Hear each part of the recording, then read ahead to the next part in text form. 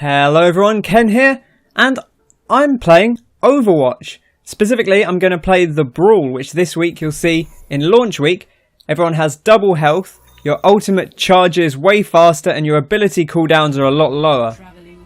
So, Overwatch is finally out. I had a ton of fun with the beta. I was super excited to get into this, and I thought I'd start things off with the Brawl, because why not? It's only on for a week.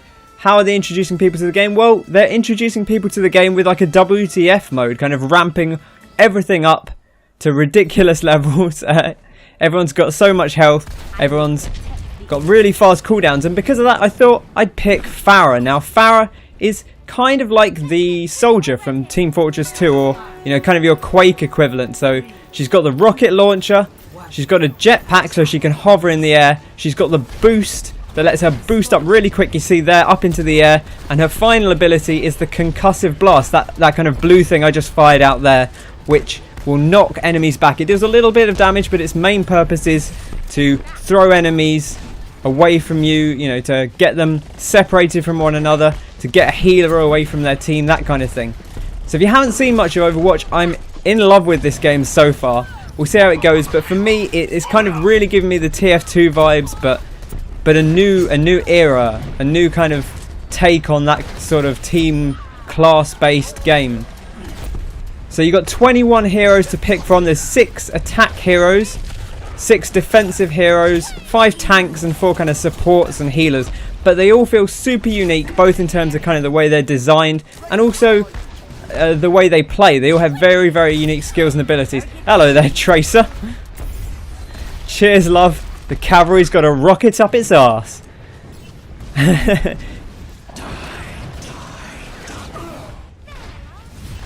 So for now, you know, I just wanted to start off with something a little bit ridiculous. And this is pretty ridiculous. The nice thing here is Pharah is she can get into the air pretty easily, as you've seen. But we can get into the air even easier because we constantly have that rocket boost on left shift, constantly on cooldown.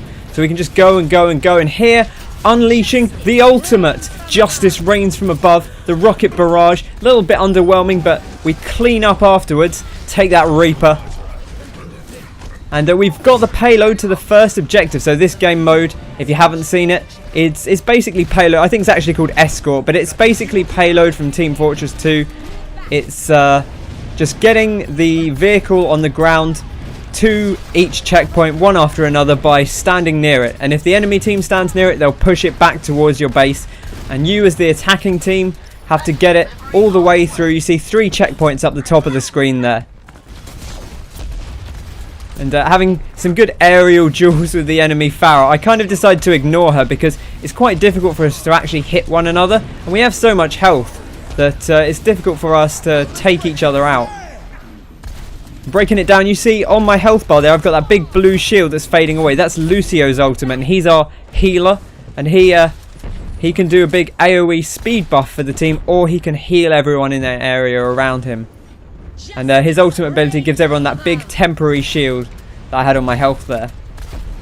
So this is the second checkpoint that we need to get up near, and you'll see we're moving it along pretty nicely. Our tank's been standing on the point along with 1 or 2 others. I think Lucio's been on there keeping the tank healed up.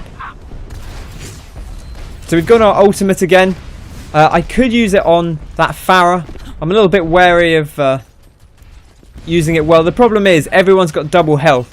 So we'll give it a blast, but you see even that's not enough to take her down completely. But we've weakened her. Might be our opportunity to finally take her out and stop her harassing the team, because obviously she's got those big splash damage rockets. The last thing we need is her pounding on our group from, that are on the payload.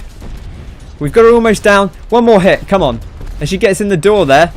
Got her. Take that, fanatic. And there you see below the dragons, it's all kicking off. There's a lot going on in this game. I'm probably going to do some like more sort of top tip breakdown videos for this game down the line. But for now, I just wanted to throw this up there because I had a ton of fun playing this Brawl, and I wanted to share it as a nice entry point to watching Overwatch for the first time if you haven't seen too much of it, or if you have seen it and you just wanted to catch what this Brawl is like. So you'll see, basically as Pharah, I'm looking to harass from above. I've got that fuel meter which allows me to hover It drains pretty quickly, but you can kind of just keep tapping on it. And because I've got the low cooldown on my boosters, I'm able to keep jumping up and down. Might be a nice opportunity for the ultimate here. Oh no, taken out by Roadhog. Roadhog, one of the tank characters.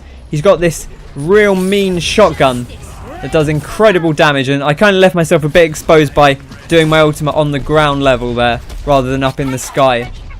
Can be pretty effective to do it at ground level if you get a good opportunity off, but didn't quite work out for us there. So you see here I'm using my concussive blast to try and knock enemies away from the payload, because if they're standing near it they'll contest the point and we won't be able to push it on to this final objective. But as Pharah, I can do a great job of using my rockets and my concussive blast to keep pushing people away from the point and allow our team to take the victory home. Great job there. And slightly undeserved play of the game perhaps.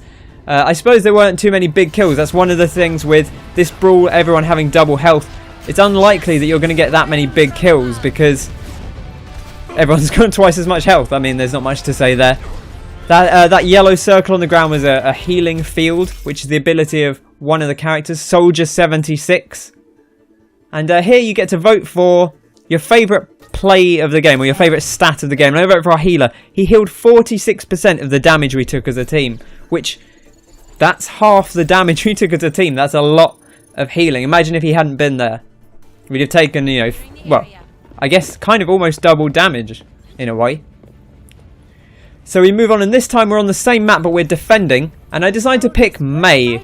Mei's skills, she can immerse herself in ice and heal. She becomes invulnerable and she heals for a short time. She has an ice wall, which I'll show off in a second. She's got this lovely gun, which I'll talk about in just a moment. Here's the ice wall. You drop it down, stop anyone getting out of their base, which is quite useful because there's several exit points of the base at the start of a map.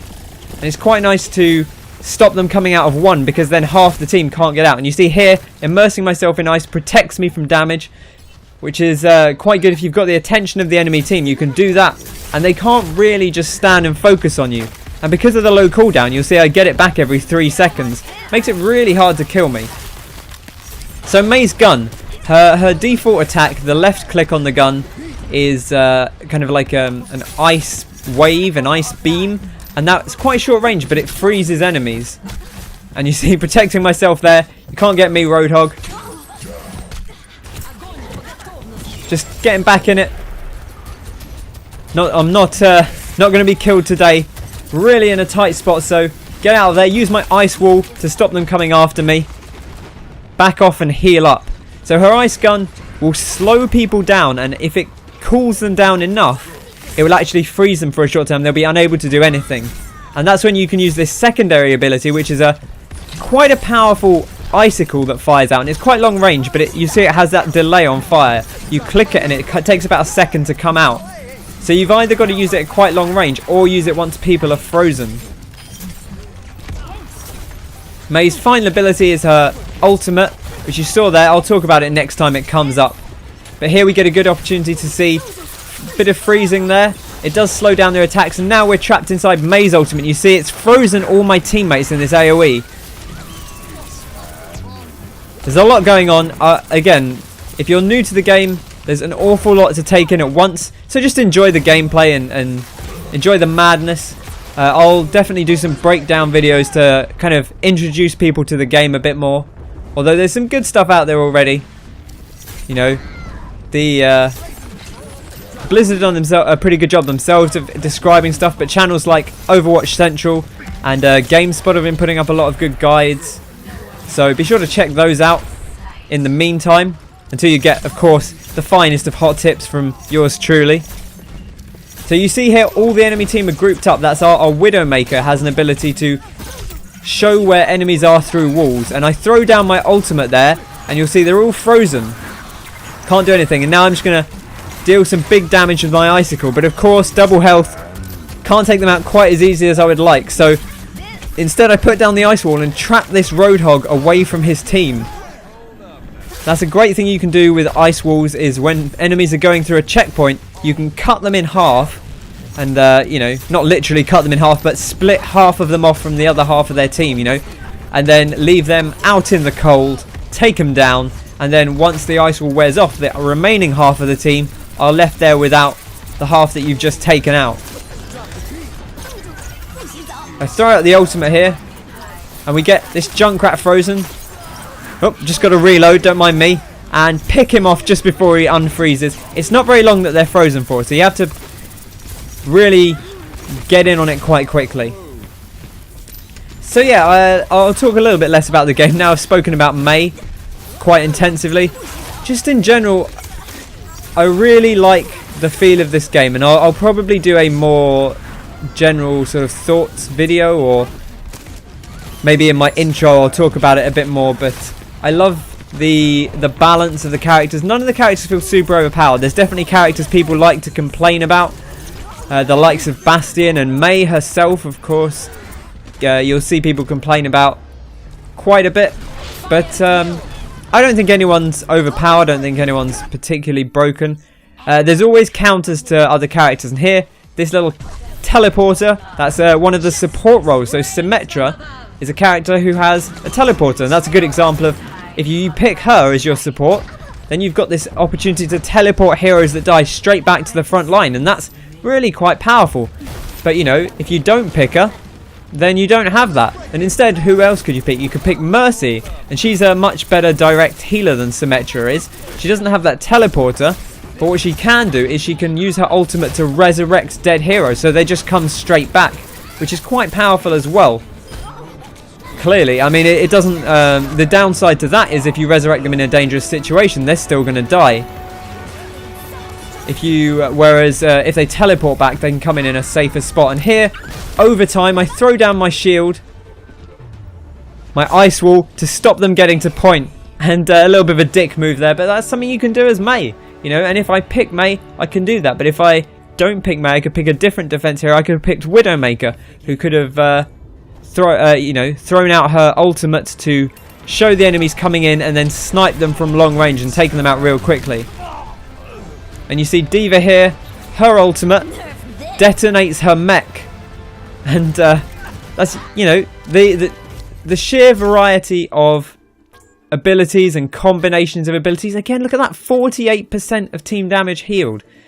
It's incredible. Lucio seems real strong in this brawl. But yeah, the variety of classes and characters on offer is really quite something, and I'm loving it. Okay, let's find out what all the fuss is about. Let's play Lucio. You know, I guess, so Lucio, let's go through his abilities quite quickly. You see here switching between the speed and the heal. The speed is the green, the heals are the yellow. And you see in the middle there, that little number, that 4, 3, 4. That's how many people I'm healing currently, or boosting up with speed. In his ability, you see there, I pump up the volume, and that increases the strength of whichever ability he's using, either the heal or the speed boost. He's got this kind of burst fire cannon, and he's also got the ability to use like a knockback with the alternate fire of the burst cannon. That's pretty much all Lucio does, but he's quite a good beginner character because you don't have to heal one person specifically. You just kind of stand around your team, you shoot people a little bit, and you pump up the volume and you keep everyone healed up. And you'll see here, just getting loads of points for healing people up, charging up my ultimate very quickly.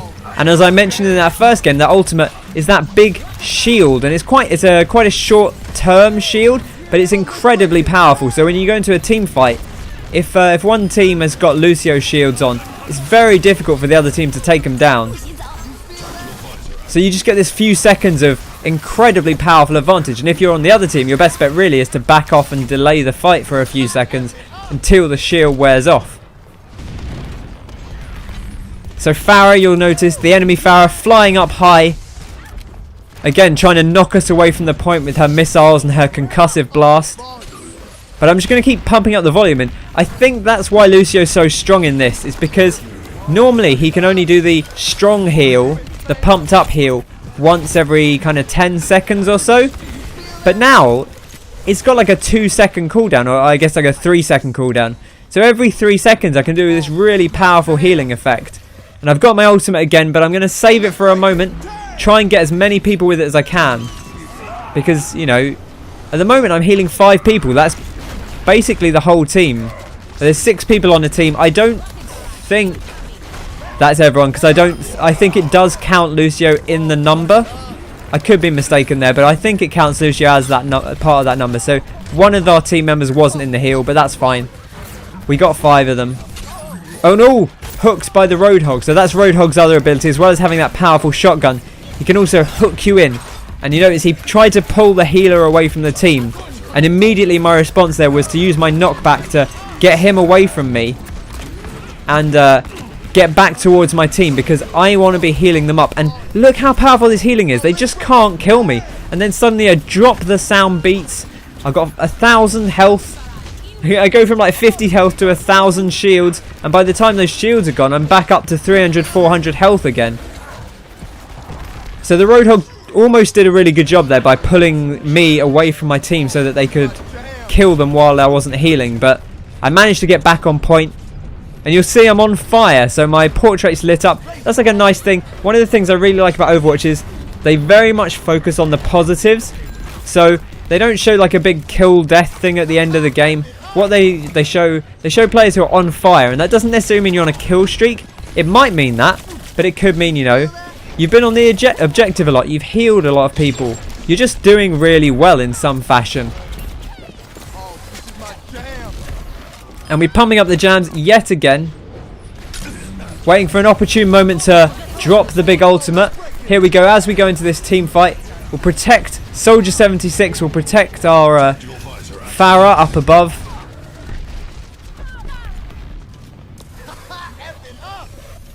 I thought he said F it up, but I think he says amp it up, which probably makes slightly more sense. Yo, F them up, boys!